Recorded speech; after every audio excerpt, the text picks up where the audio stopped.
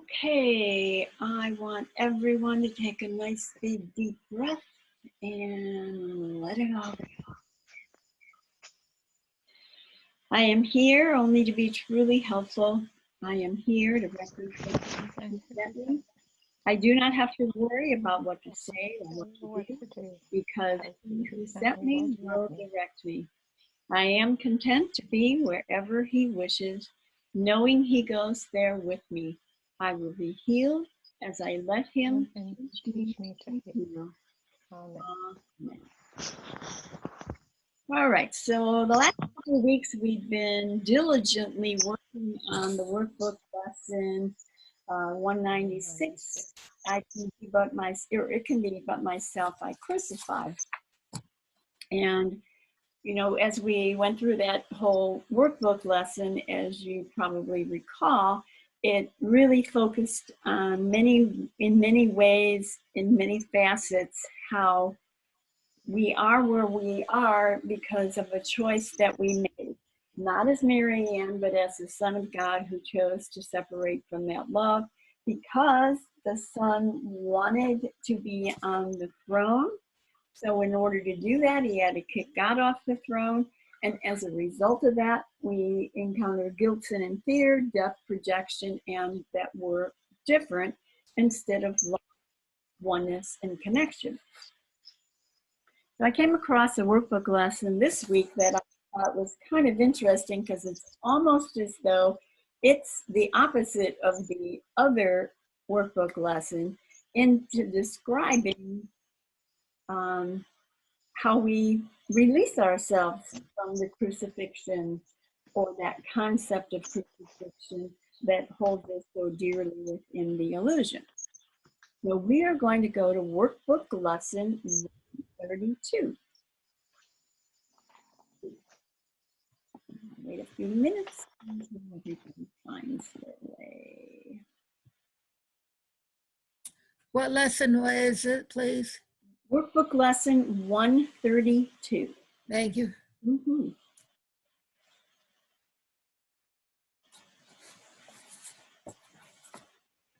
Okay, so it's the title of the workbook lesson is I Lose the World from All I Thought It Was. And before I even begin to read it, understand that this is going to tell us how to lose the world from all we thought it was versus the other workbook lesson where it was my thoughts that crucified myself. And now he's going to show us how to lose that connection so that we can live freely as the Son of God, which we really are. All right, so what keeps the world in chains but your beliefs? And what can save the world except yourself? Belief is powerful indeed. The thoughts you hold are mighty, and illusions are as strong in their effects as is the truth. A madman thinks the world he sees is real and does not doubt it, nor can he be swayed by questioning his thoughts' effects. It is but when their source is raised to question that the hope of freedom comes to him at last. So Jesus is trying to help us understand that what keeps the world in chains is but your beliefs. And understand he's not talking about Mary Ann's beliefs. He's talking about the Son of God who chose to separate from the love of God, who Mary Ann is a projection from that thought.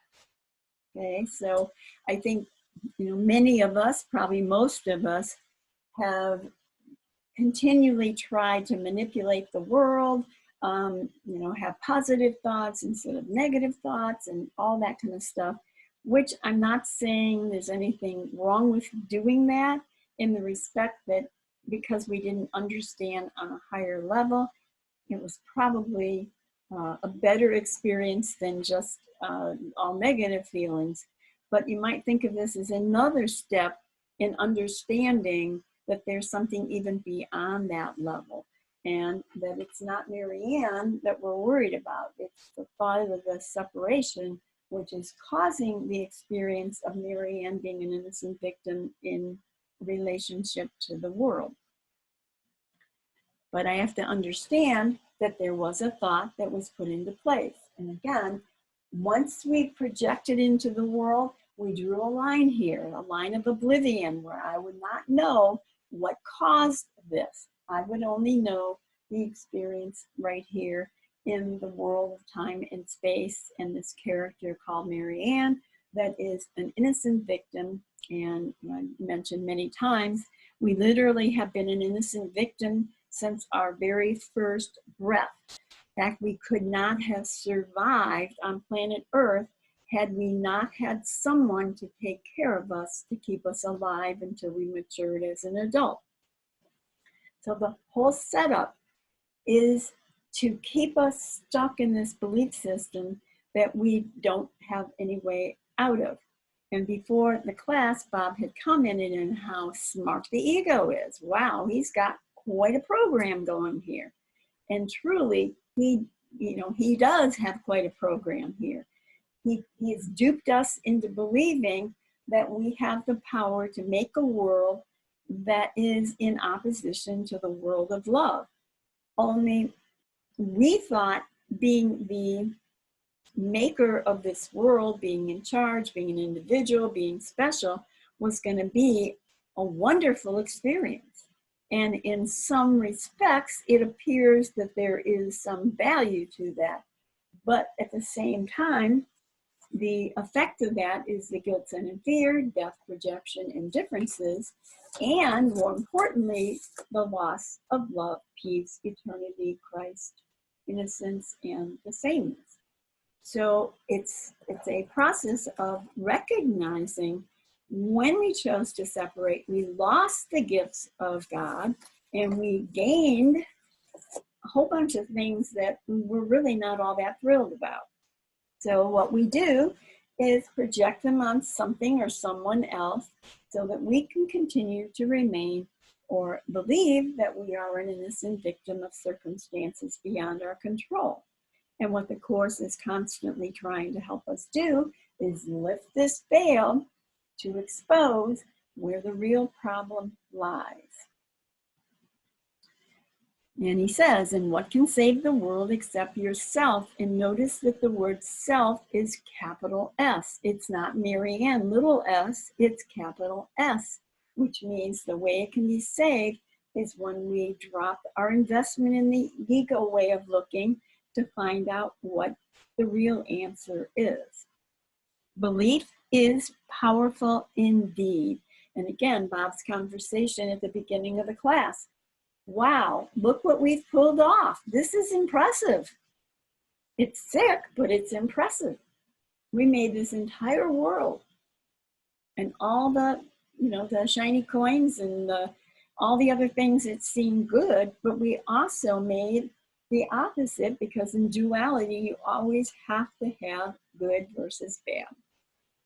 So all the other things come with that package when we bought the ego. Right. The thoughts you hold are mighty, and illusions are as strong in their effects as is the truth. So what he means by that is truth is got power, but our belief in the separation has equal power as long as we continue to invest and believe in this thoughts. And so the effects are going to seem to be very true, very real, and almost impenetrable in regard to leaving them. All right, it goes on to say, a madman thinks the world he sees is real and does not doubt it. And if you've ever done any study in regard to people that are insane, they believe what they're experiencing is their reality. Well, believe it or not, Jesus really is constantly reminding us that we are insane. He's not telling that to us to make us feel bad. He's trying to tell us that to make us understand you have made a choice that is insane compared to the choice of connecting with love. And the more we can start to dig into the understanding of what the effects of this choice are, the quicker we're going to eventually come to a place where we're going to shake our head and think, no, I don't want to play in that arena any longer. It is not feeding who I want to be at this time. But be very aware, when that choice was made, it was done consciously, and it was done because we wanted it that way. God had nothing to do with that choice. You know, you might have children and they don't, always check in with mom and dad to see if the choices they're going to make are the most, the best choices for them. And then later on, they might wonder, why did I make this choice? But they have no one to blame but themselves, which is literally what we did. We can't blame this on God, though, as we know, in some spiritual aspects, it made it sound like God kicked us out of heaven. And not only that he kicked us out of the Garden of Eden, he put angels on all corners so that we can never go back in. And if you look through that or filter that through the understanding of, if God was totally, completely unconditional love, why would he do that to his child? And the answer would be he wouldn't, and he didn't. That would simply be a reflection of the God of specialness, which was our first projection, where we made God something other than pure love. But the real God of complete, absolute, unconditional love continues to remain waiting for us to come back home. And Marianne, would you say, like, we always have a different thought from another person, from our parents? We always have a different or a better thought. And that the holiness they talk about in the lessons is your holiness is that self that chooses with the Holy Spirit. And otherwise, where everyone's always there's 55 different opinions about everything. And that's just the only place we experience oneness is with asking the Holy Spirit. And we only experience that oneness with, in that particular instance each time. Right, correct. And it's only really us that we experience it, and then others don't have to get it. I think that's what, whenever we're explaining things to people, we have to get, say, this is what I mean now. Do you get it? And that's really what you don't want anybody to think, that don't know anything. And so you're always explaining. And whereas with the Holy Spirit, you don't have to, that it becomes like a part of the, a part of the deal is that you allow the Holy Spirit, and then you're not left behind. And you're so right. If you think about, even the idea of, they say that snowflakes, there are no two snowflakes that are the same. Well, there are no two thoughts in the separated world that are the same.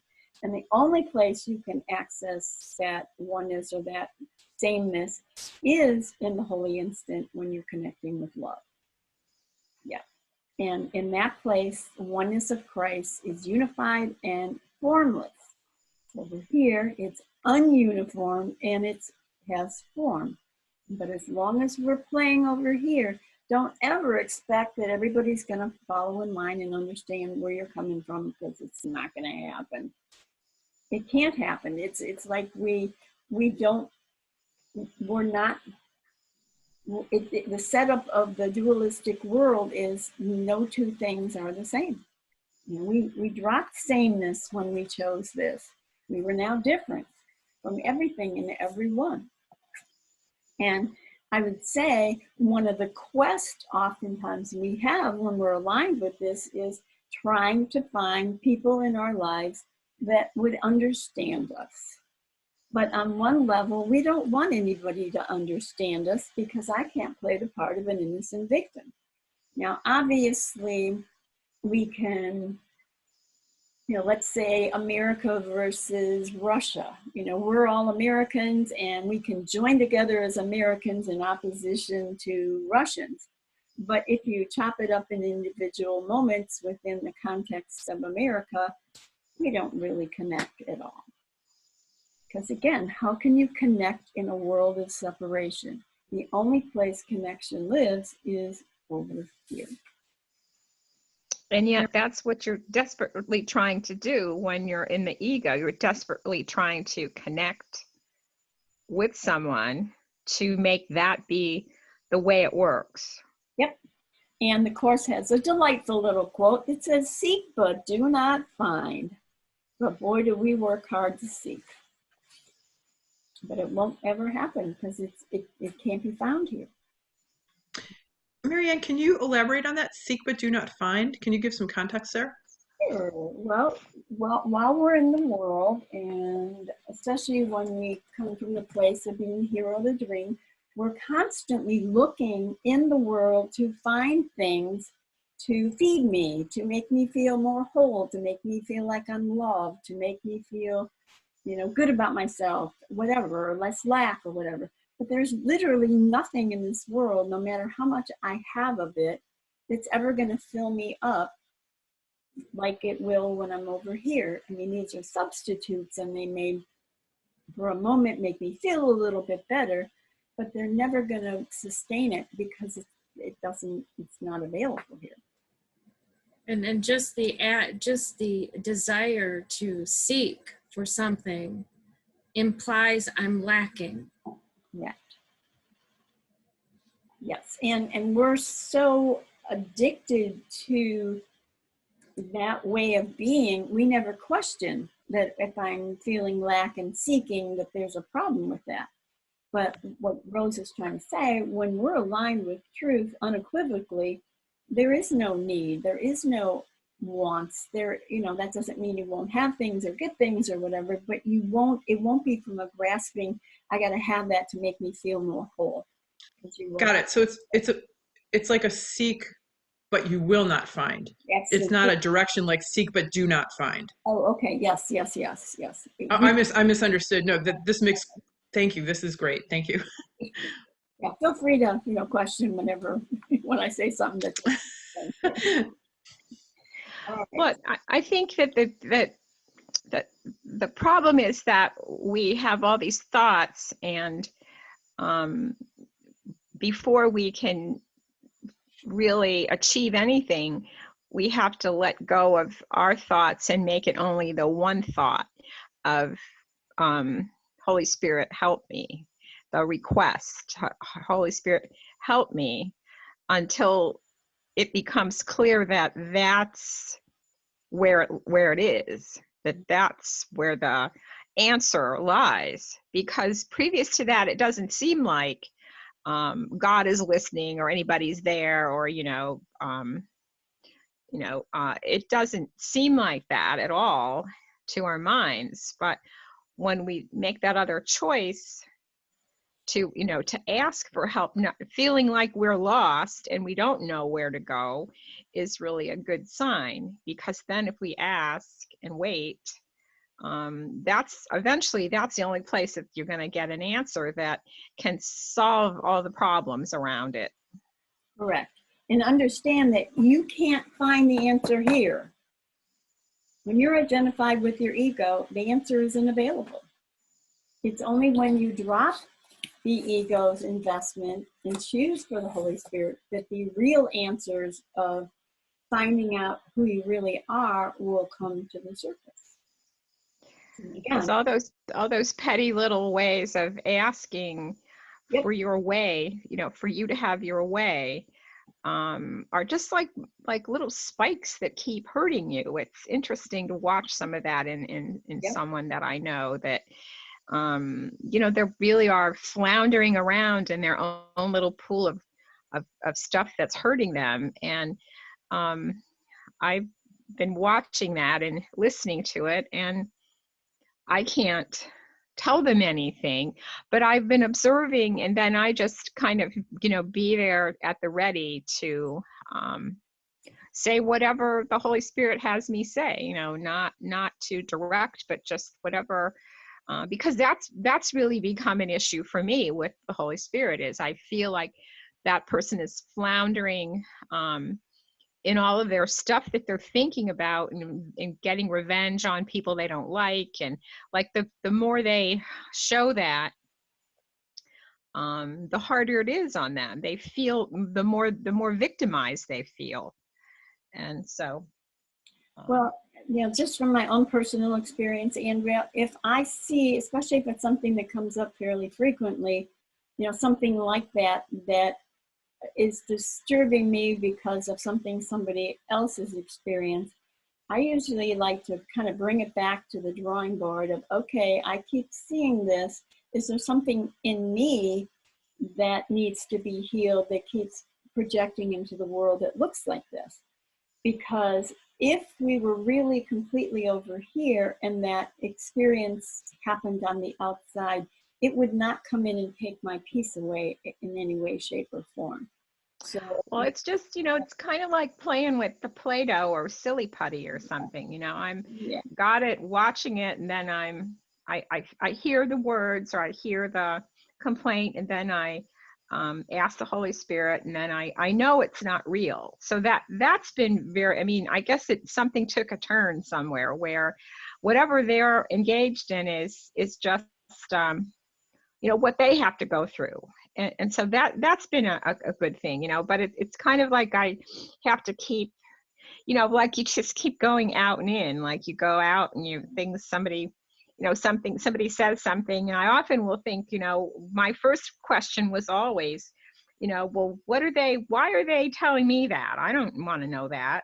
But now I don't see it that way. I see it as it's just part of the ego, and how everyone has, you know, that, I guess, that play going on in their mind, you know, and then to watch different people with their, you know, the situations, and that has been more interesting and less, and I don't feel, I guess I feel better about it. I don't feel like I'm being dragged into it. I feel like I'm able to kind of throw the ball back then, and you know, in my own mind, to the Holy Spirit, and get more of a sense of comfort about whatever they're going through is just a part of what we all go through. And that makes, I don't feel like I'm dragged away from my post like I used to be. and I think the important thing to understand is, you know, again, we all collectively as one son chose this. Then when we had the guilt sin and the result of the guilt, sin, and fear in our mind, we did the best we could, which was projected out into the world. Then we see it out there, but it's really coming from my mind that believes in separation that I see, whether it's my part in the play of being the innocent victim, or if it's the part of the play of the perpetrator. They're both part of my mind. Well, and whatever it is, it's painful. I mean, I guess I used to think that this is the way, this is just what has to happen. Mm-hmm. Now I see it as painful, and I don't have to play that game. So that's been interesting. I don't have to go there with them. Right. I witness or watch, and then, you know, keep asking. That just seems like it's, you know, it's always like we're playing musical chairs, or we have to play with something that's always going to be moving around, and we have to be the ones that, you know, hang in there with the Holy Spirit. Yep. But what I'm witnessing and what I'm watching is what's going on in me. Yep. You know, what's going on out there is none of my business. If I'm making it my business, then I need to look at what's going on within me. Well, I mean, isn't that where you always end up anyway? Because there's no way, you know, this is all happening for you, you know, in your mind, for you and because of you. Yep. I guess is what they say. Yep. So it's where I guess it's kind of like, you know, like we all have to kind of, I mean, until we don't have to anymore, we all have to kind of watch the ball game and ask for help to see it correctly as just a ball game instead of, I'm going to kill that person or whatever, Yes. And I, just like he's saying in this paragraph, a madman thinks the world he sees is real and does not doubt it. Well, even if we don't completely understand everything the Course is telling us, I think we're all starting to have a little crack in the cosmic egg of realizing that it's not quite as solid as I thought it was. Yeah, I still believe it a lot, and I still certainly respond that way from that point of view, but it's not quite as solid as it used to be.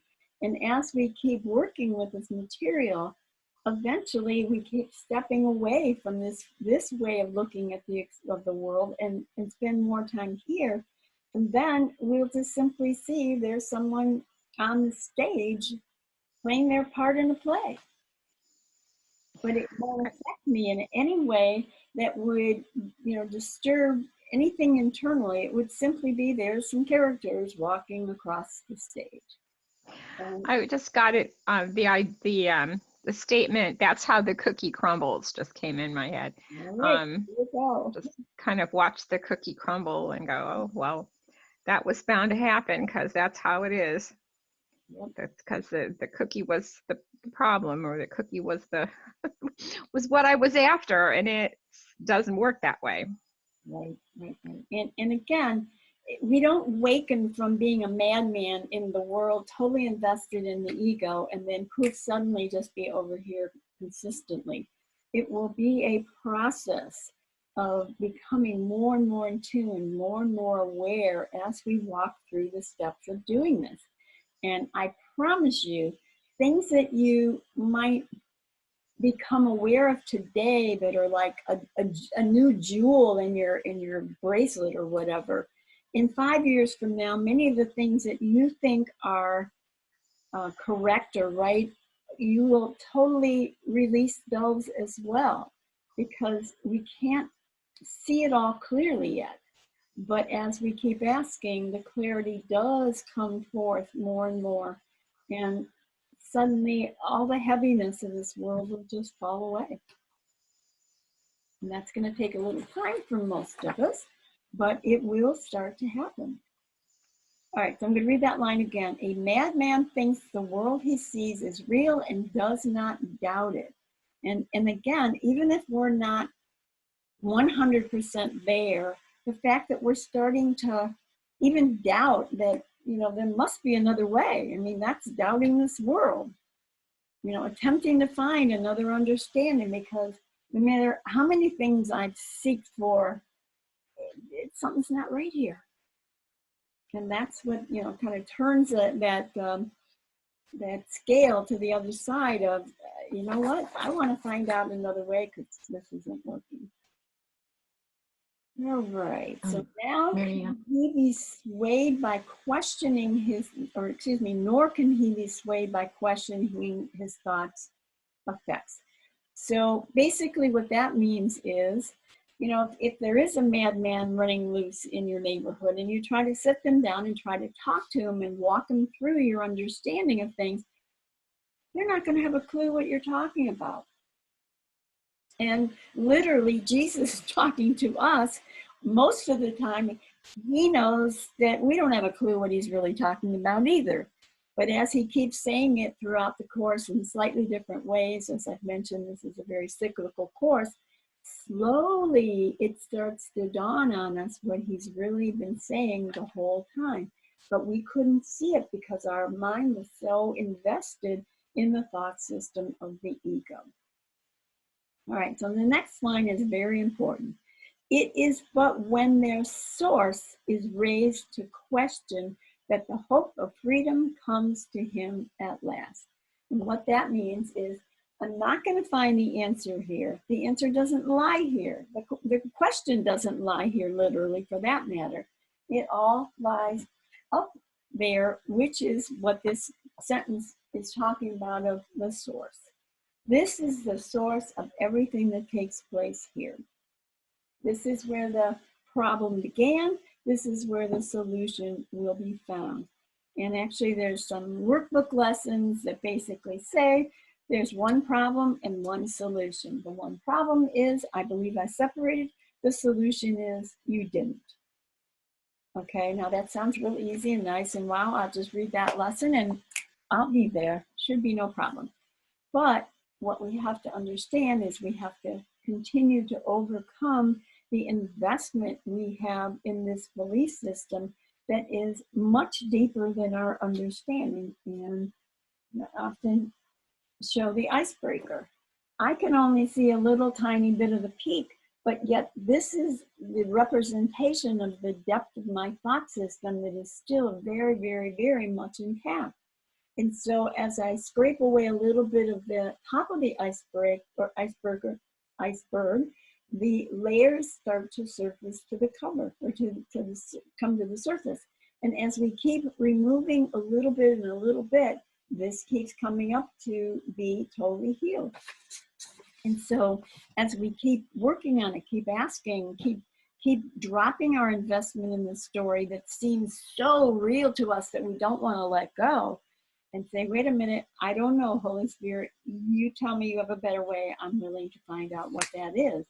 And then the iceberg starts to break away, and the hold of the thought system that has been a lie will slowly dissipate and drop away. And our true understanding of who we are and who our brother is will totally shift. Marianne? Yes. This is so helpful for me. I have, in understanding some things that are happening in the outside world, from the standpoint of, I have enormous compassion for people who feel like their trust was betrayed, or that the outcome of the recent election wasn't accurate and fair. Like, that's got to be a really hard place to be. If I felt that that was true, I'd be just as upset. And I listened to a woman who had been a participant in the QAnon group, and she talked about how she came out of it, like how she changed her mind about that. And it was so clear to me as she was talking that her illusion around QAnon, that was her reality. Like, really, that was her reality. Yeah. And she said it was only when, you know, things didn't play out as she expected that she was able to kind of rethink whether she wanted to continue participating in that or not. And it's just such a clear, it helps me understand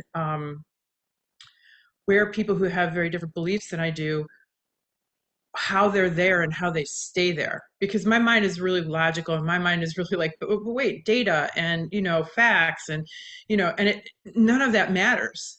Somebody actually talked about, there was a piece in the New York Times where a guy said, I've talked to a lot of people and I'm very logical and factual, and I kind of, you know, try and separate them from their beliefs by logic and facts. He said, I've been called a logic bully. And which I thought was great. That was I felt a little humbled by that, because I thought maybe I should think about that for myself.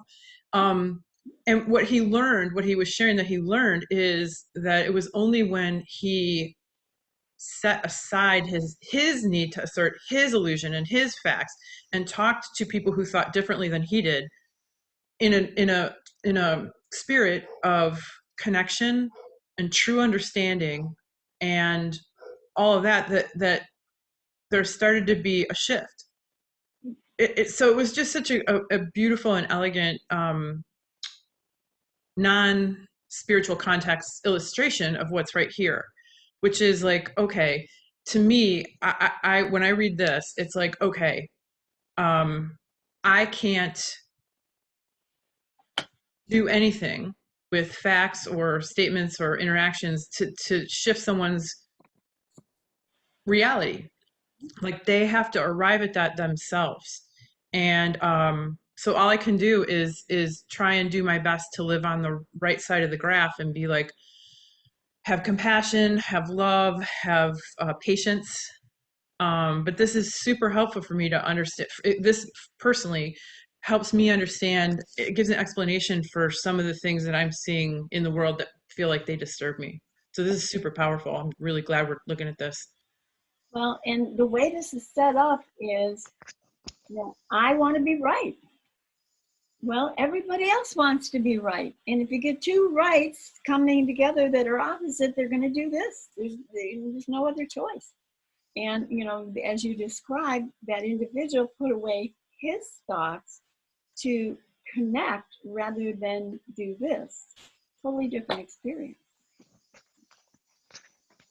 Yeah, and as long, and you know, understand as well, a big dynamics of this is I need to play a part as an innocent victim, and in order to be an innocent victim, I literally have to have a perpetrator. So with this mindset, that's the way the game is set up, and I cannot be an innocent victim as long as I play the part of that, so that I would have to have a perpetrator.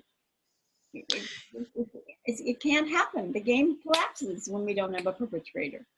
And I can't be an innocent victim without it until that moment comes where I realize I don't want the fight any longer.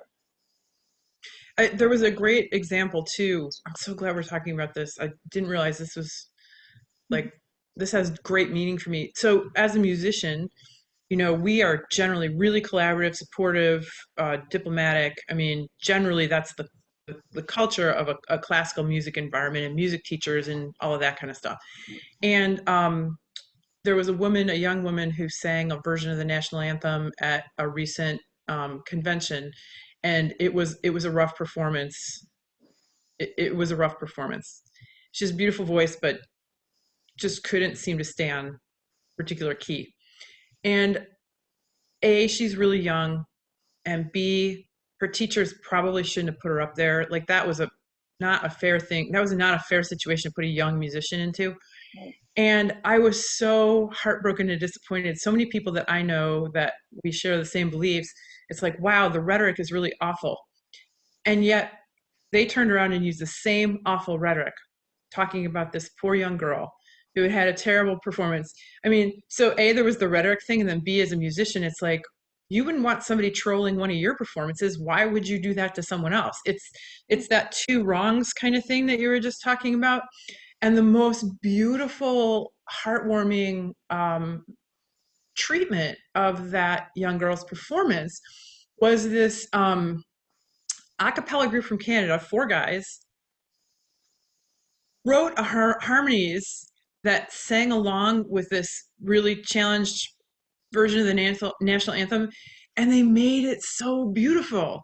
Like, it's so glorious what they did with it. Like, no one, I couldn't have seen that from my perspective as a possibility. And here they saw this other possibility, and they put all this beautiful music around it. And it was just so, I mean, it was such a, for me, again, not an issue of this, but an issue of this. Okay. And so, yeah, so this is I was very, I know the course says you're never upset about what you think you're upset about, but I was upset with my colleagues and friends for their lack of kindness. And it's like 2 wrongs don't make a right, you know, but yet here comes this beautiful harmony that made a beautiful piece of art out of what would have normally been seen as a rough performance, you know? And I think those experiences where someone took that same thing, which, as you said, would normally be like this, and can open up a door to another possibility, that really sticks in our mind. Or you might hear on the news of somebody that their child was killed or something, and then the parents go to the prison and they forgive the person who did it. You know, it's like, that's so literally anti our very beingness as an ego, because an ego is about kill or be killed. In a dualistic world, there's one against the other, and I'm going to try to win before you try to beat me up. And it's really important that we really get that in our understanding of, that's how we're, you know, that's the makeup of our choice as an ego. And really begin to look at ourselves as we play those roles, because that's really the result of choosing for the ego. Not pretend and make nice, but really watch when that comes up and go, oh, wow, I thought I was a pretty decent person, but I want to get them. And when we can do that, the realization of that's really not where I want to be or who I want to represent any longer, does catapult us to want to choose more and more for that connection because of the result of those choices. Okay. Cool. Very good. All right, so one of the things that Jesus speaks of in the Course is that we really want to question every single value we hold. And when you were talking, Cynthia, I was reminded of a story of Shirley MacLaine that I read one of her books years and years ago. And in the book, she was in a foreign country in a boat. And in the boat in front of them, a little child leaned over the side, fell in the water, and drowned. And nobody attempted to help the little child. And of course, Shirley, observing this, was, in total panic. What do you mean they didn't try to help the child? Well, in that culture, they believed if you interfered with somebody's death, that would be interfering with their karma. And I can remember reading that, and my insides were like, but as I sat with it for a while and became very in tune with it, their culture had a belief. It was obviously very different than our culture. And who's it to say my way of thinking is right or better than their way of thinking? Just the box we've set ourselves in that have run the show in our minds, of which we then judge and attack everybody that we encounter that's not on the seemingly same page as I am, which is not very loving, guys. And that's the point we really have to come to, is kill or be killed is not loving. And also be very respectful of the fact that that's the setup of the ego. Of course, normally I'm going to respond in that way because that's the setup. That's what I've been programmed to be and how I'm programmed to act. But as I become aware of it, I can now make a different choice by aligning with show me how to see beyond this. And I think it's helpful and important to begin with what you're really feeling. I'm really upset. I'm really irritated. How dare they do this? And go through that whole thing. But once you settle down, then wait a minute. The Course tells me I could see this differently. Man, in my eyes, there's no way I could see the scenario in a more beautiful or a more healed way. Show me how I can be led to that understanding. And then the shift can begin to happen. All right, let's see. Okay, so keep remembering when we're choosing to connect with oneness, we're literally unifying and coming to the formless self rather than separating and being in the form experience. All right, we're going to move on to paragraph 2. Yet is salvation easily achieved, for anyone is free to change his mind, and all his thoughts change with it. Now the source of thought has shifted, for to change your mind means you have changed the source of all ideas you think or ever thought or yet will think. You free the past from what you thought before. You free the future from all ancient thoughts, seeking what you do not want to find. All right, so Jesus is telling us, man, this is going to be easy. Well, easy for him, but at least we're opening to a new possibility that we did not have before. So yet is salvation easily achieved, for anyone is free to change his mind, and all the thoughts change with it. And when he talks about changing the mind, he does not mean Mary Ann's mind. He means the mind that believes it's separated. I can change that by dropping this belief system and inviting in the Holy Spirit. In fact, that's really the only way you can change it. Now the source of thought has shifted. And again, the source doesn't have anything to do with this. It has to do with what's going on in the mind that operates the puppets in the dream. All right, so now the source of thought has shifted. For to change your mind means you have changed the source of all ideas you think or ever thought or yet will think. Now, the beautiful thing of this is the Course talks about the idea of one choice to connect is actually healing many, many, many, many layers of healing that you may never even be in contact or be aware of. So a lot more is going on when you shift and change and choose to connect and drop the belief system of the ego. And let me just real quickly show you something here. If we have a wheel with spokes on it, that's what that is, whether it looks like it or not. Okay, so maybe that issue was the woman, not seeming quite as elegant as we would have liked to. And those young fellows that created that beautiful experience around that were not only working on healing that situation, literally things that we're not even aware of are actually being healed and taken care of just by that one thing that we were working on to be healed. And again, as he talked about it, he heals the past and he heals the future. How can Mary Ann figure out how to heal the past and the future? Because I don't even know what the problem is, quite literally. So it goes beyond our understanding of healing. And there's a real sweet line in the Course where it talks about, in order for us to judge anyone about anything, we would have to know everything that had ever happened in the past, in the future, or any other time in order to be able to judge them. So in truth, it's not that you shouldn't judge, it's that you absolutely can't judge. We don't have the information to literally judge.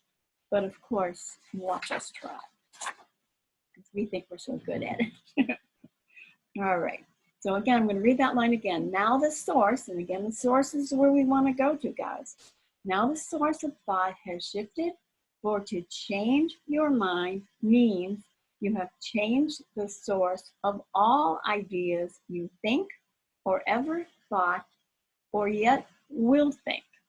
So he's not only telling us salvation is easily achieved, he's saying it's way more than what you think. It's not just this one little scenario that you're working on. It's literally redoing the attachment you have to this belief system. You free the past from what you thought before. And what did I think before? I thought I lived in an experience of guilt, sin, and fear, kill or be killed, and I went and projected it into the world so I can play the part of an innocent victim. When we choose to do something different, we're saying, I don't care if I'm an innocent victim anymore. I want to see healing, not just about myself, but I want healing with my brother as well. I can't move over here and leave my brother here. It's all or nothing, because oneness represents all of us joining together. You free the future from all ancient thoughts of seeking what you do not want to find. So when we stop trying to figure out how to solve the problem where this problem can't be solved, or where we're seeking, which we realize we can't seek and find it there, we then choose where the real answer will come. In other words, you change the teacher. Either you align with the ego or you align with the Holy Spirit. That's really you put the coins. You changed where you put the coins. Exactly. And this is always, always, always, may I say always, always, always an inside job. It doesn't have anything to do with waiting for that person to do something different or to act differently or to be differently. It's an inside job because it's me aligning with the recognition that I've chosen for the ego, and I now want to align with the Holy Spirit. So constantly question when you go to respond about anything, which teacher do I want to align with? And if it's showing me that there's a lot of ugliness in the world, there's a real good chance that you're aligned with the ego. And we need to keep looking at what are the effects or the results of having chosen for that. As we begin to be aware, this was not a good choice. Yes, I got to be right. I got to be an individual. I got to be special. But I left love behind. And when the desire to connect with love becomes more apparent, and the realization that having chosen the ego really wasn't a good choice, that's when we start to turn this around. So would you say, like, seeing something that makes you feel sorry or sad or unhappy at all is like that's what could catapult us into the Holy Spirit's realm, because it becomes the most uncomfortable thing to see something that feels uncomfortable and unhappy for somebody, and then to have it change to something more expansive, to have that feeling that, you know, somebody must have contacted the Holy Spirit. And I like how that worked. If that's even what, you know, I mean, not to be attached to that outcome either, but just that to feel that lifted, that was the answer to your prayer that you may not have known that you said, but it was like a natural answer, or a natural prayer was, I'm sad about this, you know, help me. How else can I see this? Right. And then to then be in another space where you see a different outworking, and you get, you know, you get healed of that, of whatever that, of that, looking at that in that way, and you take part then in the vision instead of just what your eyes see. You become a part of the vision. Right. And how that those men doing that, in a sense, gathered you up into it and showed you, not, you know, that was the physical means, but, you know, that it was your desire to think that there's another way, and you could know something different, and you could feel the power of the Holy Spirit, was how that was, what it felt like to me. Right. And I think it's important to understand that in our beginning stages, we're going to call on this usually when somebody does us wrong, okay, you know, and the practice will begin there. But eventually, just the realization that I see somebody as an innocent victim in the world is representative that I must still identify with me as an an innocent victim. Because when we really understand that no one is an innocent victim, we've all chosen the parts that we're playing. And I know that almost sounds cruel, and yet it really is what's going on. You know, some of those prayers, I am responsible for what I see. I choose the experiences that I have. Literally doesn't just apply to me, it applies to all of us individually in our experiences. And the last thing in the world when any of us came to the course that we wanted to hear was, I'm responsible for this. Because before, everybody else was responsible, and I had a long finger I could point at to, you know, show who it was, and to take in and really grasp and live that it's saying, you are here because you chose, the Son of God chose this, and you're playing out of the part that is required to maintain this thought system.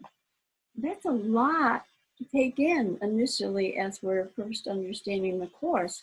But as we slowly grasp the understanding of that's the setup, that's what was put into place to keep us very stuck here, so that we could play the part of an innocent victim and blame everybody else or everything else instead of own our part in this experience.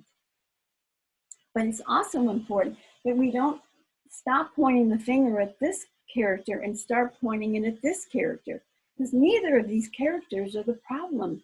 The problem is the thought that's operating the characters. And you know, again, it takes some time to refocus the way we look and understand the world. All right, so moving on to a kind of a neat little paragraph. The present now remains the only time. Here in the present is the world set free. For as you let the past be lifted and release the future from your ancient fears, you find escape and give it to the world.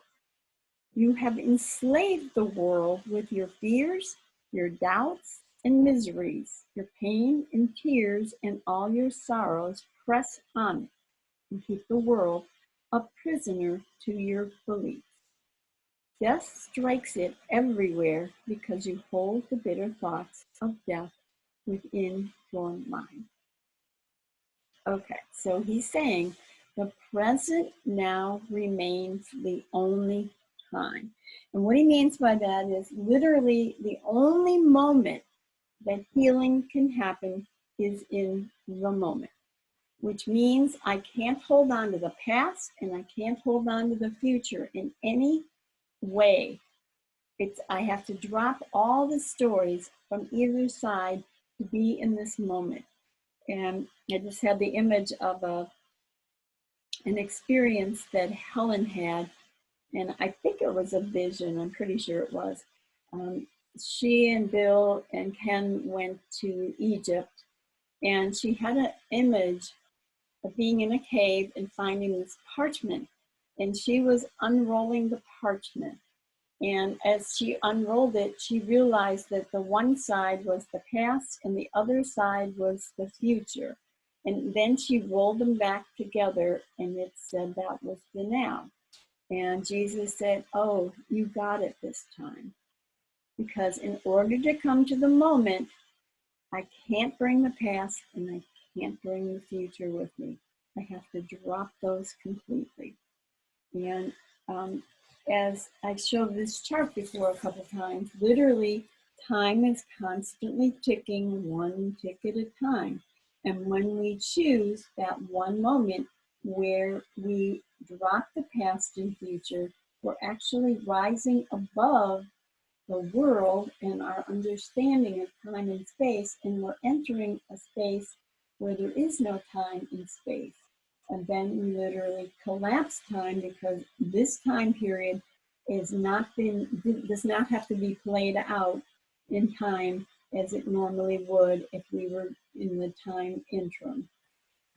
And I actually found a really nice description of that, and it's, believe it or not, on page 8 in the text, paragraph 6. It says, the miracle minimizes the need for time.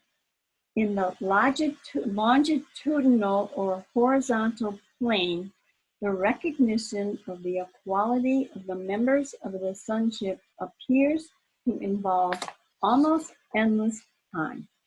However, the miracle entails a sudden shift from horizontal to vertical perception. This introduces an interval from which the giver and the receiver both emerge further along in time than they would otherwise have been. And I'm going to read through this again because there's a lot of information here. The miracle thus has the unique property of abolishing time to the extent that it renders the interval of time it spans unnecessary. There is no relationship between the time a miracle takes and the time it covers. The miracle substitutes for learning that might have taken thousands of years. It does so by the underlying recognition of perfect equality of giver and receiver on which the miracle rests. The miracle shortens time by collapsing it, thus eliminating certain intervals within it. It does this, however, within the larger temporal sequence. Okay. Well, I think that's a wow. This is what I want, lots of holy instances, so I don't have to spend as much time being in misery. It's literally what that means. Plus, as it explained here, which I have to say was a clarity for me, My brother's time gets collapsed with that as well, according to what this says.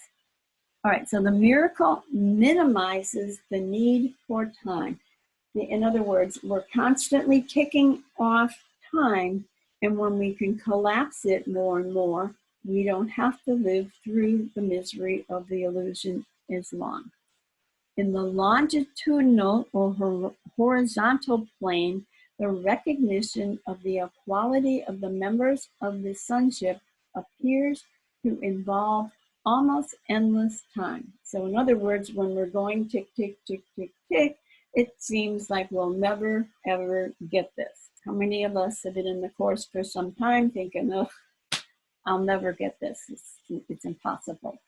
And what he's saying is, the more time we can spend in the miracle, the more quickly we can move forward. However, the miracle entails a sudden shift from, again, horizontal to vertical perception. But again, I cannot connect with the horizontal if I try to bring anything from the past or future with me. However, the miracle entails a sudden shift from the horizontal to the vertical perception. This introduces an interval from which the giver and receiver both emerge further along in time than they would otherwise have been. So while you're out of time and space, all this time is continued to tick, of which you and your brother no longer have to play. The miracle thus has the unique property of abolishing time to the extent it renders the interval of time it spans unnecessary. So again, for those of us who have chosen that miracle at that moment, we no longer have to spend the time that's available here because it has been removed from our need of the journey. There is no relationship between the time a miracle takes and the time it covers. So basically what he means by that is it's none of our business how that's going to look or how it's going to play out. Don't worry about it. Keep working on choosing miracles to the best of your ability. The miracle substitutes for learning that might have taken thousands of years.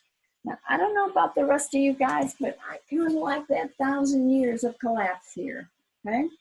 Because literally without the collapse, we're going to have to spend each moment trying to figure this out with an intellectual mind that is not going to figure it out because it can't be found there. It has to be found in the holy instant outside of time and space, where we realize this was what's running the show, and we want to connect with the timeless space. It does so by underlying recognition of perfect quality of giver and receiver on which the miracle rests. And I just said a few moments ago, if I think I'm going to come over here and leave my brother behind, and I'm going to connect with truth and oneness, not going to happen. I have to be willing to drop the whole picture.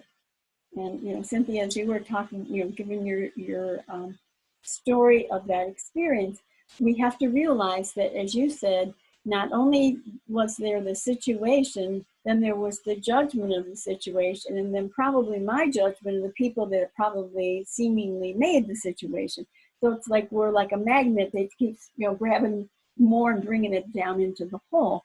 And when any one of us can catch, you know, any aspect of that and bring it back to the moment of healing, then we drop all of the shatterings of the metal that were stuck to that magnet. And understand that as long as this is in place, that's the magnet that's going to keep collecting over here, because it's what we have put into place. The miracle shortens time by collapsing it, thus eliminating certain intervals within it. It does this, however, within the larger temporal sequence. So in the temporal sequence would be the way we play out our world normally, of which now is going to be interrupted and shifted in a little bit different way. And as I mentioned, this is on page 8. This is not a detailed thing. It's on page 395 in the book. It's page 8. Okay. And I want to read one more little section, and this is in text 460, text 246, paragraph 7, that talks a bit about time as well. It is evident that the Holy Spirit's perception of time is the exact opposite of the ego. The reason is equally clear, for they perceive the goal of time as diametrically opposed. The Holy Spirit interprets time's purpose as rendering the need for time unnecessary. He regards the function of time as temporal, serving only his teaching function, which is temporary by definition. His emphasis is therefore on the only aspect of time that can extend to the infinite, for now is the closest approximation of eternity that this world offers. It is the reality of now, without past or future, that the beginning of the appreciation of eternity lies. For only now is here, only now presents the opportunity for the holy encounters in which salvation can be found. So I'll read through that again as well. It is evident that the Holy Spirit's perception of time is the exact opposite of the ego. Well, that makes sense, since literally everything here is the opposite of here in purpose and everything else for that matter. The reason is equally clear, for they perceive the goal of time as diametrically opposed. Totally different need or purpose for what time is. The Holy Spirit interprets time's purpose as rendering the need for time unnecessary. So the only purpose of time from the Holy Spirit is to abolish time completely. And the only reason why time continues to exist is because we need it to undo what we believe we put into place. He regards the function of time as temporary, serving only his teaching function, which is temporary by definition. So again, this is eternal. This is a blip in seeming time that we've accepted as our reality, which will eventually disappear and return to oneness. Let's see. His emphasis is therefore on the only aspect of time that can extend to the infinite, for now is the closest approximation of eternity that this world offers. So if you want a glimpse of eternity, spend more and more time in the now. It is the reality of now, without past or future, that the beginning of the appreciation of eternity lies.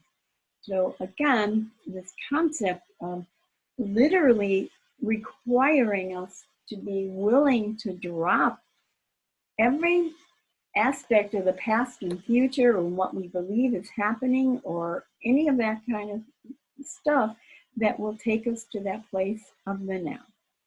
For only now is here, only now presents the opportunities for the holy encounters in which salvation can be found. So again, now, the holy instant where I drop my investment in what the world says, so that I can rise above the battleground to understand on a deeper level, and then the time will collapse. Okay, we're going to go back to where we were, but does anybody have any comments or questions about that? Boy, they're speechless. Wow. Nope. All right. You must have either done a really good job or a really bad job.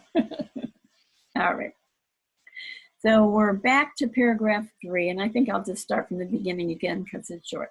The present now remains the only time. And again, Jesus is trying to emphasize Now is where the healing can occur. As long as I'm dragging the past or the future, I'm not in the moment. Here in the present is the world set free. For as you let the past be lifted and release the future from your ancient fears, you find escape and give it to the world.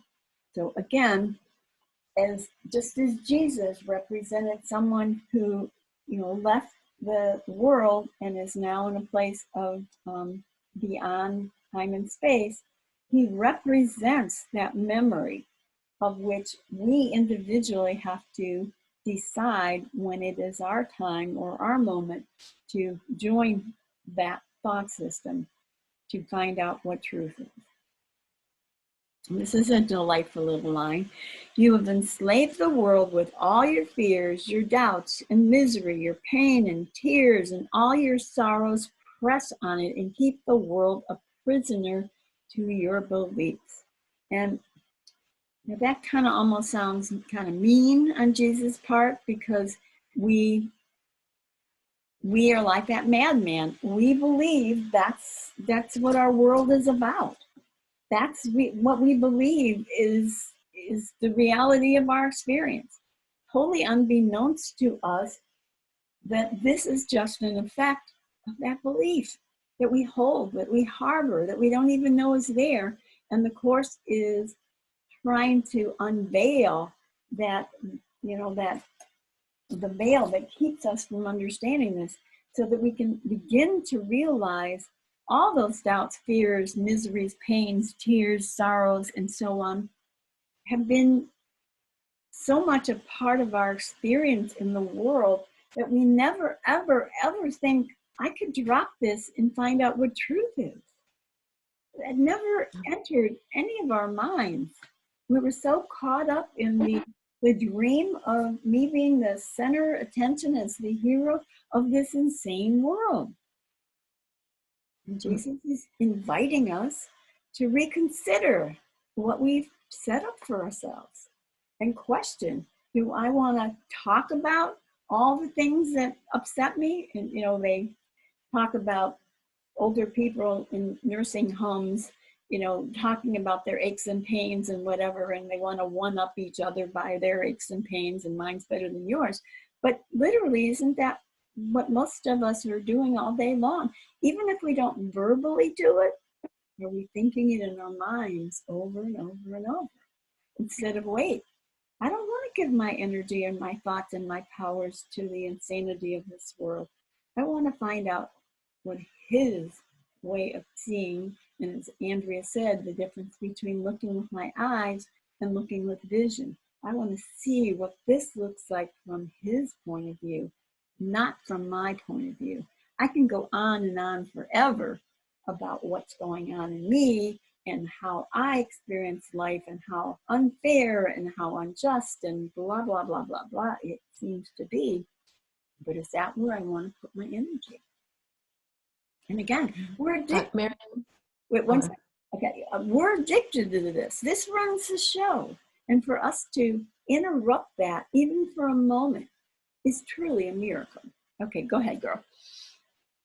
Go ahead, Shelley. I think for some reason I have to tell this story. And just this morning, this was a big deal for me. It's a very small thing, but compared to all these larger stories, but I have OCD. There are no small, and you're either your piece or you're not. So don't ever discount a small. Okay. Okay.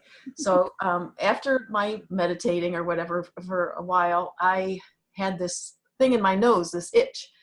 And it was very disturbing because after meditating, I'm usually very calm, but this was a sign from the ego. The ego had come, and so I said, okay, I'm going to scratch my nose. Usually I don't like to do any, but I had to itch my nose just because there felt like there was a long hair in my nose or something. So I did. And then, so finally what I guess, it just didn't go away. And so anyway, it was really bothering me. And then I turned it to love. I saw it as something that needed love, like a baby who was getting not enough love and was gonna, you know, undernourished, or, and so I envisioned it as a little tiny mouse that was very scrawny and needed love. So I gave this feeling, which this feeling lasts a long time. And I even went and trimmed all my nose hairs, and still this was feeling like there's this long hair in my nose. I was eating my cereal, but then I was giving it love. And it was just amazing to see like my contorted ego twisted way. And then when I fell into or relaxed into this feeling that it just needed love, it turned the whole table. So did I say anything or not? But yeah, I'm done. And you know, as you said, that seemed like an insignificant thing, but the Course would say there's really no order of difficulties. You're either at peace or you're not. Anything can be applied to this process.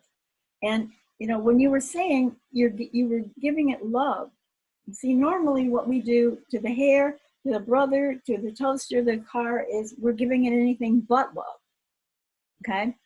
And when we open the door to, I want to see my brother through love. I want to see that piece of hair through love. You're literally saying, I'm dropping the past from the future of my understanding of what this represents and what this means. And I want to connect with love. So it doesn't matter in what forms it comes up. Everything is an opportunity to work towards healing. So cool. And understand, let's again look at this through the lens of it being a person. Okay, so that person that I normally would have to hate because they're the opposite of me is coming from this thought system as well.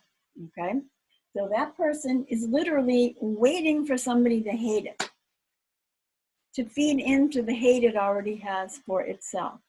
And when we drop our investment in being right in regard to that other individual, we're saying, I want to see us the same instead of different. And as we read in that section, when that moment happens, our brother's released from his belief that he's the home of evil, sin, and darkness. Even if it only lasts for a moment, maybe he's not ready to incorporate that in his thinking at this point, but a shift has happened both for you and for your brother. And you haven't fed into the belief system of guilt, sin, and fear, kill or be killed. This is very powerful stuff, guys. Very powerful. Wouldn't you say also that it's a pivotal experience that once you have it, that becomes the direction instead of what the hell is this again? Yeah. I mean, you just have tasted that that direction, and it's all, every part of salvation and joy and everything is all wrapped up in there. And it's like you get this, you know, thinking about the COVID virus and how you get this vaccine. Well, this is like the vaccine that's says here, it's all in here, it's all in your genes, it's all in your whatever, and you got one shot of it, and it just answered every question. Yes. You know, like why bother, and you know, what's it's too small of a thing. No, every question gets answered in that it's not too small of a thing. It shows, it's like a holographic image of the whole thing in a nutshell. And that's just amazing. Sure is. Sure is. And also be very aware, and I'm going to read that last line again, how quickly we can be pulled into our fears, our doubts, our misery, our pain, our tears, and all this sorrow. It's like the ego wants something to focus on. You know, we have an issue within, and then it goes, oh, it's because of my fear, it's because of COVID, it's because somebody didn't treat me right, it's because my car didn't run, it's because. we never think, okay, Holy Spirit, show me what it's really about. All we do is rehash the problem and turn it upside down and flip it around and do all the kinds of things we do. But we don't go to where the cause or the source is, as it talked about in a couple places already today. And the final line of that paragraph, death strikes it everywhere because you hold the bitter thoughts of death within your mind. And basically what that really means is, from the perspective of the ego, we killed off God to exist in duality. So there's no more God, there's just me, I'm on my own, I've got to figure this out by myself. Okay, so Jesus is really trying to help us understand, no, you're not on your own and you're not by yourself. You simply made a silly mistake, of which if you come back over here, I will show you that you are love and that your brother is love, and that's all there is. And the concept of death is, let's see, death is right over here. So you can think about death as one of the foundational stones of the belief system of the ego. It's the opposite of eternity. And literally, if you look at the world, if I'm looking at this piece of paper, and then I start looking at this one's dead now. I can't be focused on one or, on both of them at the same time. And in the morning, you wake up to a new day. At night, the day ends, it dies. Death is infiltrated with almost everything in our world in a very subtle way that most of us aren't even aware of. And yet it's one of the foundational stones of this experience. Marianne, Yes, can I ask a question? absolutely. Okay, so just from the last thing that you were just talking about, the bitter thoughts of death within your mind, part of it is too, is the reason it's so bitter is we don't want to cease to exist. So it's kind of the same as the idea of jumping into the center of eternity and disappearing. I mean, there's some similarity there. Definitely. Yeah. But my real question is, where it says in paragraph 3, line 3, for as you let the past be lifted and release the future from your ancient fears, you find escape and give it to the world. So in other words, all the gems of being in the present moment, we're actually somehow it's then escaping and giving it to the world because we're escaping. Can you please clarify that sentence for me? Right. I mean, basically what you said is absolutely clear. Correct. We're releasing all the hold of our belief system of the ego, which releases us from all the hold that the ego has. And we're literally representing a new way of being, not just to ourselves, but to the whole world. And this is what the beauty of this undoing process is.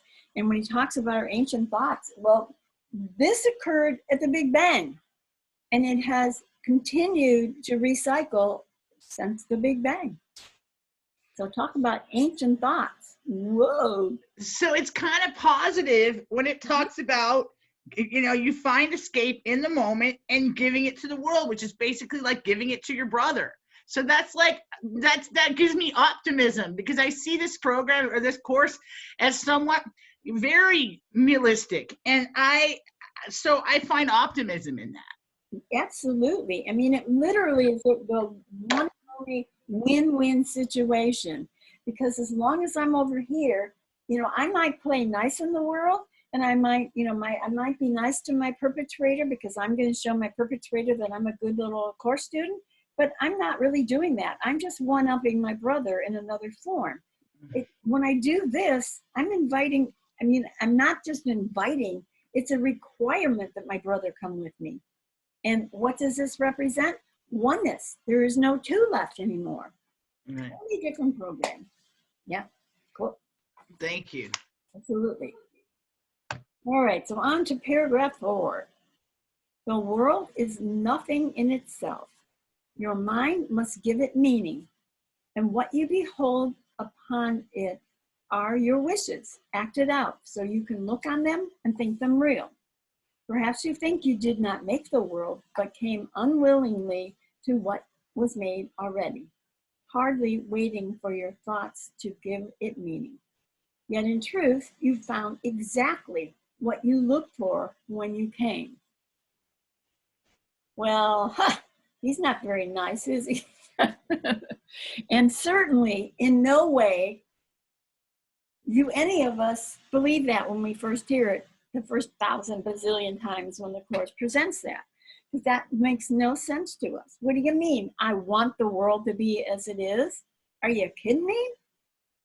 But if we understand the only way I can stay here without holding the guilt as Mary Ann and play the innocent victim is that we have this setup of this world where I am always the innocent victim of circumstances beyond my control. So when he says the world is nothing in itself, there's actually a place in the Course where it says that the world is, what's the word? It's not coming to me.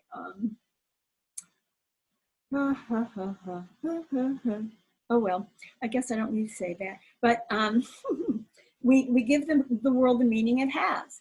Well, that's not my experience. I don't think I gave the world the meaning it has. I think I'm an innocent victim that popped into this world, and it's everybody else's fault that I'm not at peace. And the Course would say, no, if you were aligned over here, you would be at peace and nothing could disrupt your peace. But if you're over here having a really good day and you're bopping along and then somebody shows up to seemingly disrupt your peace, it was because you didn't have your peace because you were aligned with this thought system instead of this one. It does not have anything to do with them. All they're doing is triggering the memory of the thought that you believed you separated. So they're really giving us or doing us a favor at this point if we use it as a reminder of, oh, I lost my peace. I must be aligned with the ego instead of love. Your mind must give it meaning. And even Freud talked about the idea that dreams were an outpicturing of an internal belief. And literally our daytime dream is equally the same with that. And what you behold upon it are your wishes acted out so you can look on them and think them real. Now, the interesting thing of that line is that that's exactly what the setup is. But now that we hopefully are beginning to use the Course for a different purpose, we can now look on them, not to think them real, but to look at them and understand, oh, if I can still see the world as I'm an innocent victim, it has to mean I'm identified with this, and now I can do something about it. Jesus goes on to say, perhaps you think you did not make the world, but came unwillingly to what was made already, hardly waiting for your thoughts to give it meaning. Well, again, that's what all of us believe. I don't believe I made this world. No way is that uppermost in my mind. And yet, as we lift the veil of the Wizard of Oz and find out who's running the show, find out that it was a setup that we'd made so that because we were afraid to go back to love, and we did the best we could to camouflage this so I could play the part of an innocent victim. Yet in truth, you found exactly what you looked for when you came. So what we looked for when we came was I'm an innocent victim, somebody else is the problem. But understand again, both of these characters are coming from my mind, and it's a dualistic mind that gets played out in a dualistic world because I've chosen for separation instead of connection and oneness. End of story. No matter how hard that is to take in, digest, and make sense of, as you keep hearing it over and over and over and over, it will start to dawn on you that is exactly what he's trying to tell us. And he's telling us not to make us feel bad or make us feel worse than we did before, but to make us understand if I'm playing the part of an innocent victim and I'm waiting for somebody else to be something different so I can be okay, I'm going to have to wait a very long time. And even if they told me it was okay or changed the way they were, something else would pop in its place because the problem has not been solved, because the problem is here, and it does not lie here. Here's a cute little line. A thought of nothing gives rise to a world of nothing. So again, if we have a thought of nothing, how can this world have any validity to it?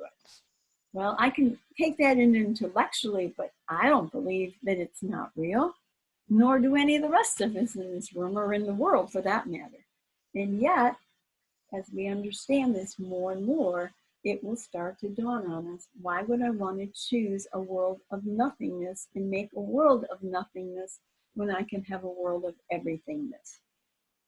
Marianne, can you, where was that sentence that you just read? I can find it for you. I didn't write down the page. I'll make Oh, no worries. I didn't see it and I wanted to make sure I was still with you. That's all. Okay, no problem. Okay. All right. So again, this is a big setup. And the way that it's set up is it's not my fault. I'm an innocent victim. And so if nothing else, observe how frequently during a day you identify with I'm an innocent victim. And it doesn't matter if it's a person, it could be walking outside and having the wind blow your face off or whatever. Anything that takes your peace away. My chair's not comfortable. You know, I don't like that light. It's in my eye. You know, all day long, there's something that is making us have the sense of I'm an innocent victim of circumstances beyond my control. And if those would change, I could be okay. And wouldn't you say that in the scheme of things, then what we're always waiting for is for the world to change? Absolutely. And that's not going to happen. And when it doesn't happen, how surprised we are, or how resentful and all that. But that's the crux of it is it's not going to change. And we can wait for, and I guess there was a song, waiting for the world to change. And it's not going to do that. I thought that I still thinking about Shelley's idea that her nose itching was like a perpetrator, but she overcame that. I visualize her sitting with her itchy nose and maybe holding the ego on her lap and saying, now, you can just, it'll be okay. I see what your problem is, and I'm willing to be to show love. And it's such a beautiful concept, even though she said it was a small thing, insignificant thing. But I really am really quite it's a wonderful thing to hear anybody overcome the ego, and it's such an important thing to that it helps so much me to hear other people say that, what they've done or how they've just decided, I'm not going to wait for the world to change. I'm not going to wait for the itch to go away. I'm just going to, ask it to, ask the Holy Spirit to help me and hold it gently and be loving. It's just as the perfect answer to all of our problems is in a small way. If we can do it in a small thing, then that really it just shows everything in a nutshell of how it works. And I still really have taken a lot of comfort in that sharing. Thank you. And one of the things, you mentioned that this doesn't mean that the world would change, but that can be a real manipulative aspect of the ego as well. Because let's say I don't like my neighbors, and so I move into a new home, and I like my neighbors now. Well, I think I've solved the problem. But what will happen is, because the projection is coming from my mind of guilt and fear, something or someone else will take its place.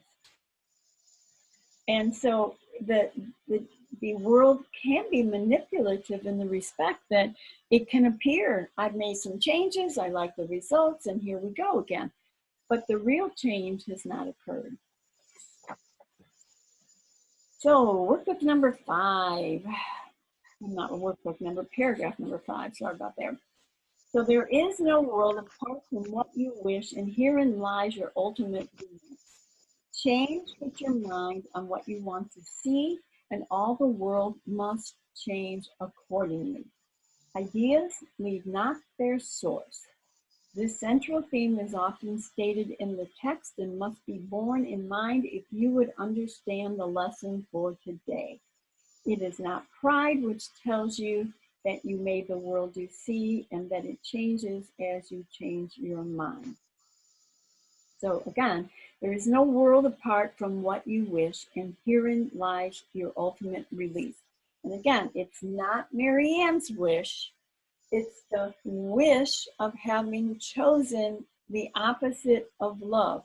Because now we're in the gear of what comes forth when the choice of the ego comes into existence, which again is the total opposite of what the ego, or excuse me, the Holy Spirit is.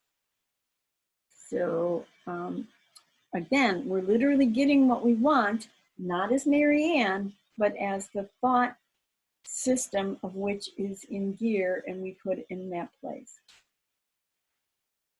Change but your mind, and again, it's really important that we understand it's not Mary Ann's mind I'm going to change. I didn't like this person, so I'm going to be nice to this person. That's not what it's talking about. It's talking about the fact that I'm engaged with this mind.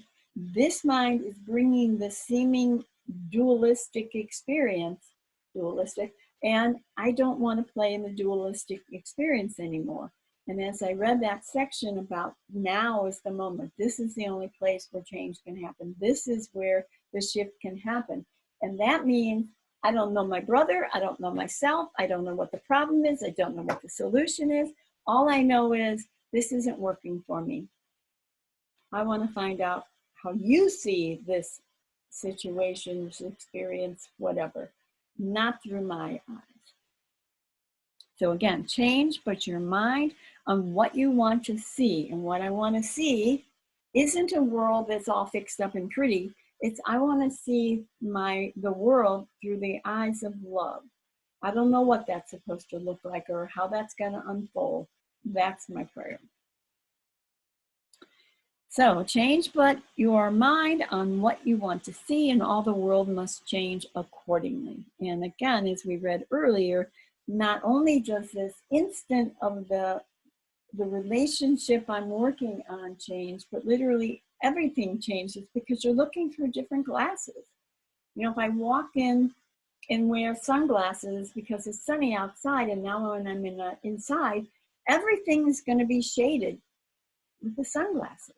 And the moment I take them off, I will see the whole world from a different perspective. But if I put them back on, I will see through a shaded way of experiencing things. Ideas leave not their source. And, you know, I'm not going to go into a lot of that because it's a pretty in-depth experience. But what that basically means is that, you know, this is the real thought of who we are. We've covered it over with this thought, and now we believe this is our real thought. But in truth, this is really the only thought there is. The central theme is often stated in the text and must be borne in mind if you would understand the lesson for today. It is not pride which tells you that you made the world you see. And what he means by that is, you know, we shouldn't be all that proud about the fact that look what I've done. I've made the whole world. And apparently on some level within, there is an aspect of us feeling like we outdid God because look, I made this entire world. Look at all the details and the colors and the excitement and the good and bad. God doesn't have any of that to offer me. Look how cool I am. And again, that may look impressive, but literally that represents every single one of these things has a high versus a low or a positive versus a negative to it. So I might have a new car, but then all of a sudden I'm worried about somebody scratching it or denting it or stealing it or whatever.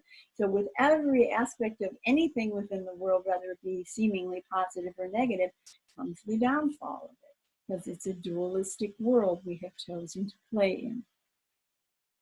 So he says it's not pride which tells you that you made the world you see and that it changes as you change your mind. But what it means is that as we begin to become aware that we made the world, and be very aware I'm using the word made instead of create, because anything that happened after the separation is what we made versus what was created by God, of which we are an effect of. So again, and actually this is a quote from the Course, which is, I can tell you where it is if anybody wants to know, but it says the power of decision is your own, is your only remaining freedom as a prisoner of this world. So basically what that means is our only real freedom in the world is recognizing that I've identified with a mind of separation, and that I can make a decision to align with the right mind. All right, we're not going to go through everything, but we're going to go down to paragraph 8. All right, let me see. So he's basically saying that in this paragraph, how different people will come to understand this truth of I loose the world from all the thoughts, all I thought it was, excuse me.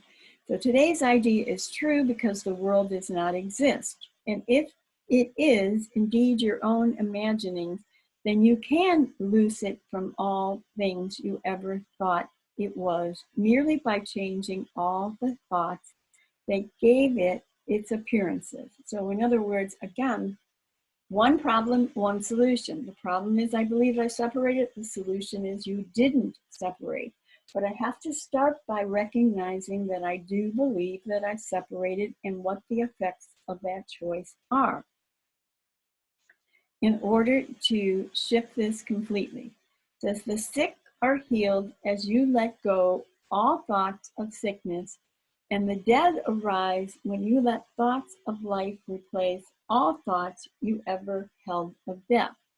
Now that may make it sound like everyone that you know that's sick will now get physically healed, and that's not what it means. What it means is you will align with the part of your mind that believes in healing, and when you do that, or align with truth, obviously, that you are opening a space for your brother to be healed in his mind. And that's what the Course is talking about when it's talking about healing sickness.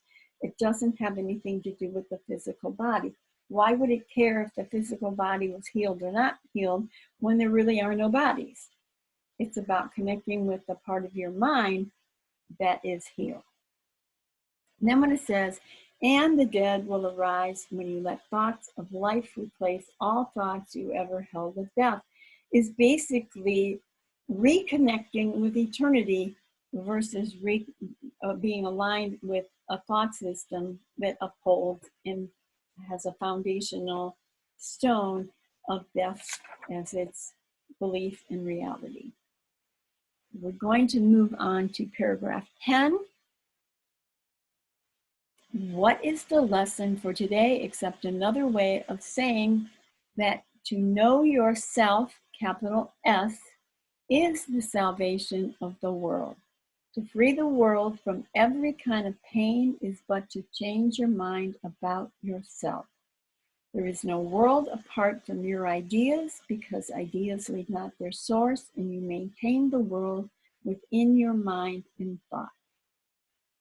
So again, what is the lesson for today except another way of saying that to know yourself, capital S, is the salvation of the world?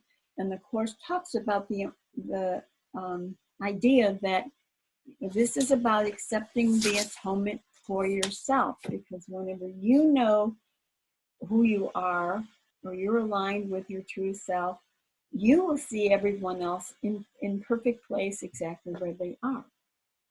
When you're over here, we're always doubting, judging, attacking, and so on. But again, we're talking about the real self, capital S, versus the character that believes that Marianne is herself. To free the world from every kind of pain is but to change your mind about yourself, and understand that Jesus sees us as we are. It's only we that see ourselves as separated in pain and guilt and sin and fear and all those other delightful adjectives we talked about before. He sees us only through the eyes of love. There is no world apart from your ideas, because ideas leave not their source, and you maintain the world within your mind in thought. So again, it's our thoughts that are going to produce the experiences that we have. And when we choose for the ego, it's going to project duality, separation, guilt, and fear. When we align with truth, we're aligning with our true identity of love, joy, connection, and oneness. All right, we're working on number 12 this time. Release the world. Your real creations wait for this release to give you fatherhood, not of illusions, but as God in truth.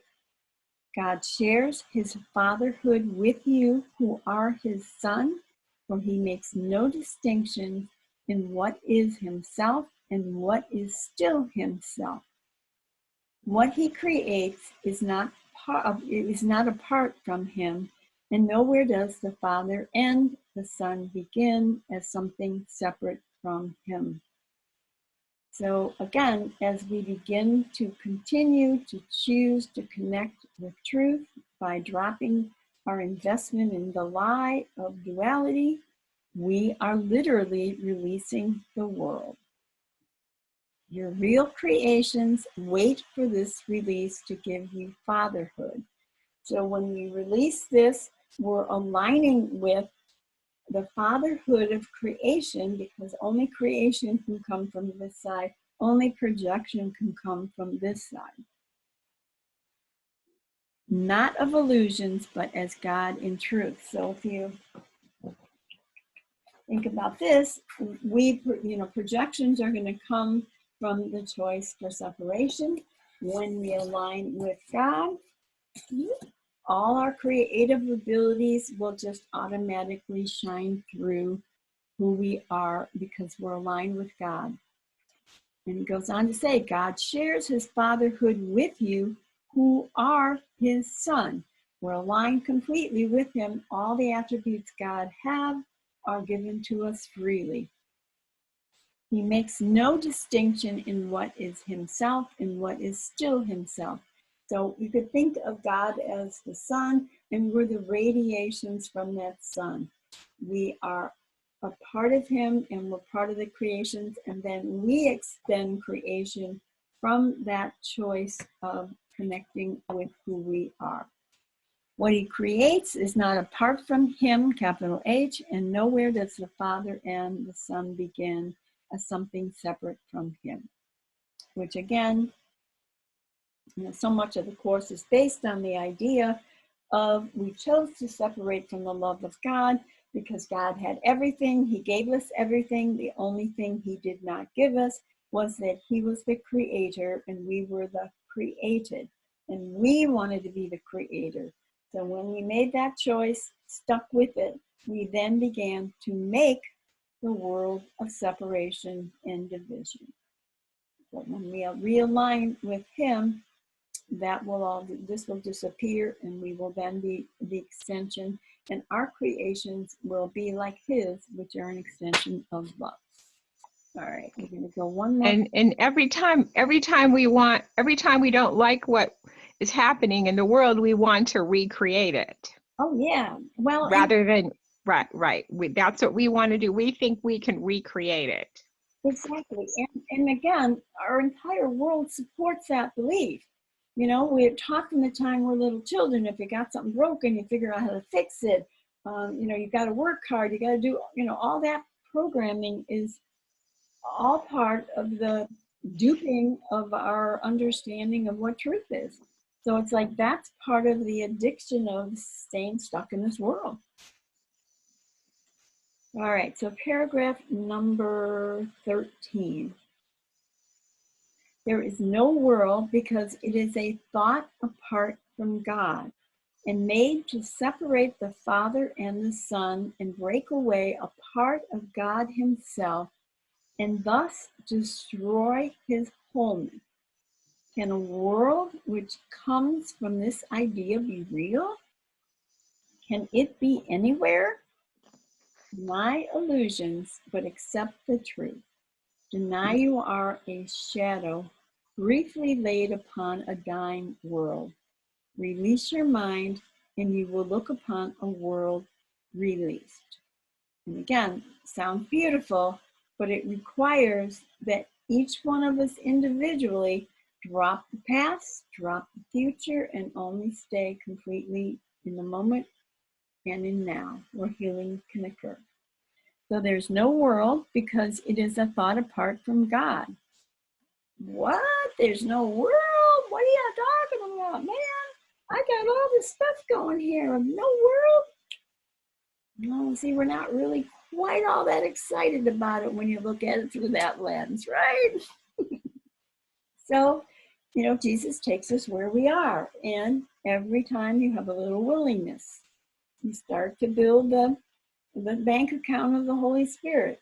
And then slowly this becomes more of value to you. And this starts to become less and less of value. But you can't make yourself be that. It's absurd. We're very addicted to this. So you take yourself exactly where you are. And when it gets intolerable and you have a little willingness, choose, and slowly this will become more and more, I guess you could say, potent in your desire, and this will slowly begin to fall away. So there is no world because it is a thought apart from God. And there's actually a delightful little saying in the Course where it says, not only that, but the world was made as an attack on God. Because when we chose this in opposition to this, we attacked what God was in reality, and we literally attacked our very essence of who we are in reality. And we chose a storyline in opposition to what that is. All right, so one more time. There is no world because it is a thought apart from God and made to separate the Father and the Son and break away a part of God himself and thus destroy his wholeness.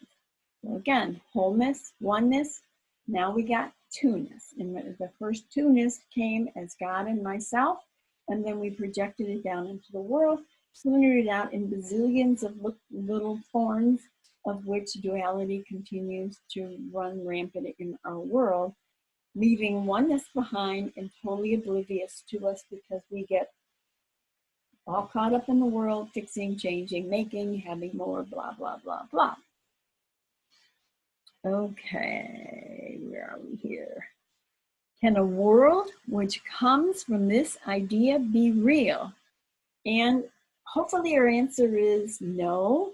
And eventually we will be thrilled that the answer is no, because we will become aware that nothing of this world is ever going to bring us the peace and joy, connection, and oneness that we really quench from our very soul. And we're not there yet, so we got to take ourselves where we are, but eventually it will lead to that. Can it be anywhere? And, the Course does talk. In fact, I read that line. Where did it go? A thought of nothing can give rise to a world made of nothing. Well, that's not very ego-friendly as long as we're identified with the ego.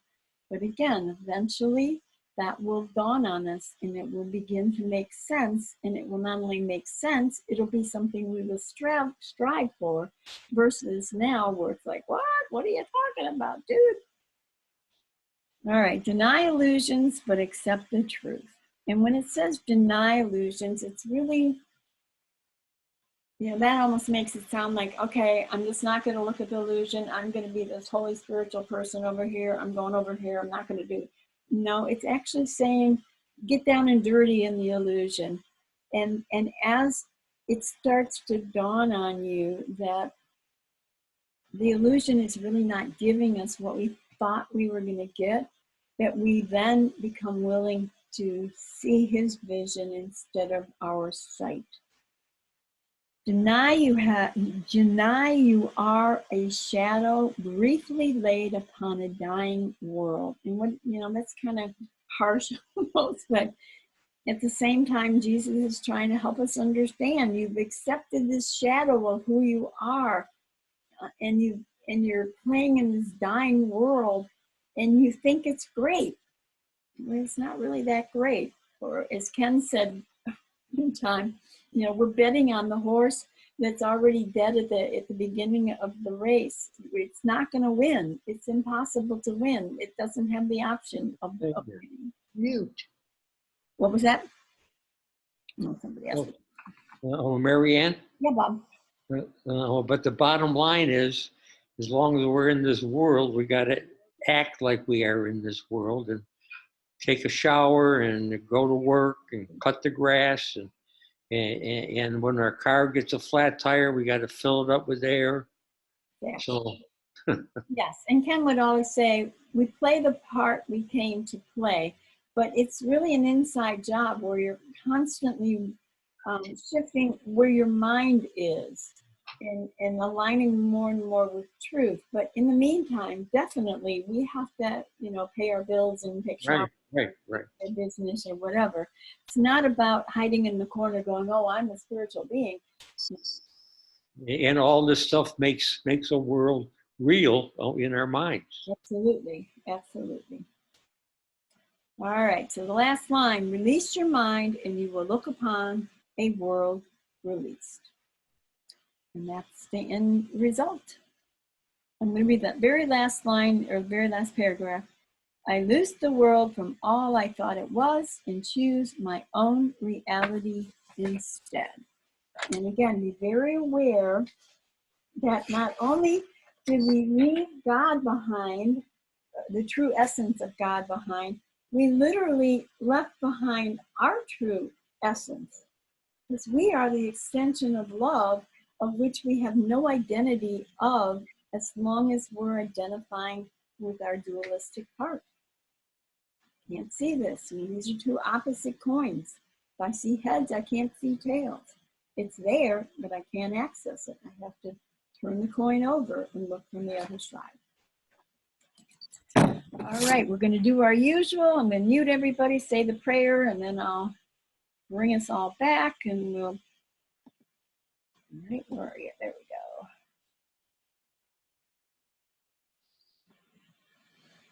go. Okay, everybody take a nice big deep breath and let it all go.